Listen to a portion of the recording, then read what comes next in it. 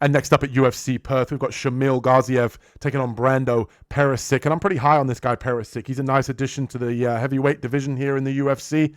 And I'm pretty confident in him in this matchup against Gaziev. I think if you look at this on paper, Gaziev is far too flat-footed.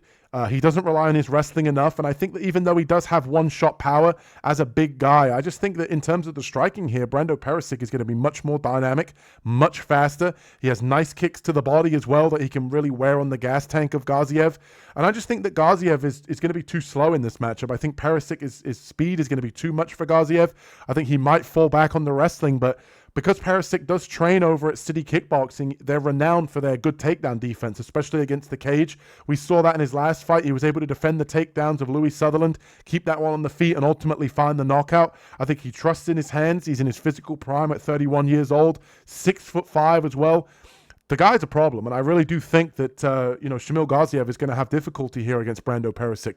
I don't really see a way that Gaziev is going to be able to really deal with the kickboxing and the kicks of Pericic. I don't see how he's going to be able to handle the speed differential in these two in this matchup, and I think that he's not going to be able to fall back on his wrestling because of the takedown defense of Pericic. And I do think the more that Gaziev decides to wrestle, I think it's going to wear on the gas tank, which is one of his kryptonites that we've seen in his previous fights. So give me Brando Pericic here to get this one done. I feel confident in him this week. I think he should be a bigger favorite in this matchup, and I think that he's really going to make a name for himself and get a well-known name inside the UFC on his resume here in Shamil Gaziev. So give me Brando Pericic. I think he finds the knockout. We just saw Gaziev just get knocked out in his last fight against Waldo Cortez Acosta, and it might be back-to-back knockout losses here for Shamil Gaziev. So give me Brando Pericic here to get this one done with the striking, defend the takedowns, and ultimately find the chin of Gaziev.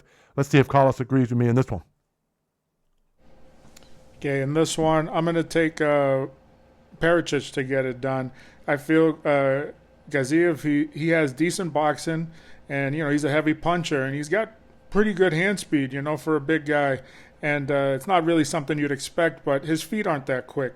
And after round one, whether he uses wrestling or he just incorporates his boxing and his movement defensively, I just feel that, he slows down considerably, like very noticeably during the second round and partway to the end of the first. But even though he does slow down and his mouth is open and he's sucking wind, he's still dangerous. He's still got those heavy shots. He throws them long and he whips everything behind it. So somebody like Pericic, he's got to be worried about that. But what Pericic is going to do that's going to make him dangerous is he's got very good technique.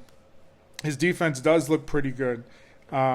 He's got good cardio, and he does stay in your face, and he picks up the pace of the fight.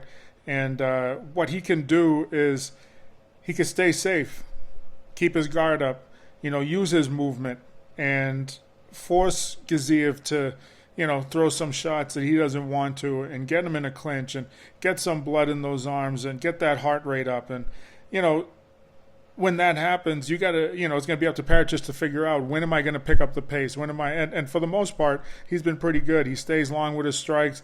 He comes into the clinch. He'll put his weight on you. He'll pull down on your head. He'll throw some uppercuts. And, he's the type of guy that once he knows he's got a little bit of an advantage on you, he's going to stay busy. And I feel that he's going to find that point in the fight where Gaziev is going to be a little fatigued. So I am going to take Pericic to get it done. I think he'll see the opportunity and he'll seize it. So Pericic, let's go.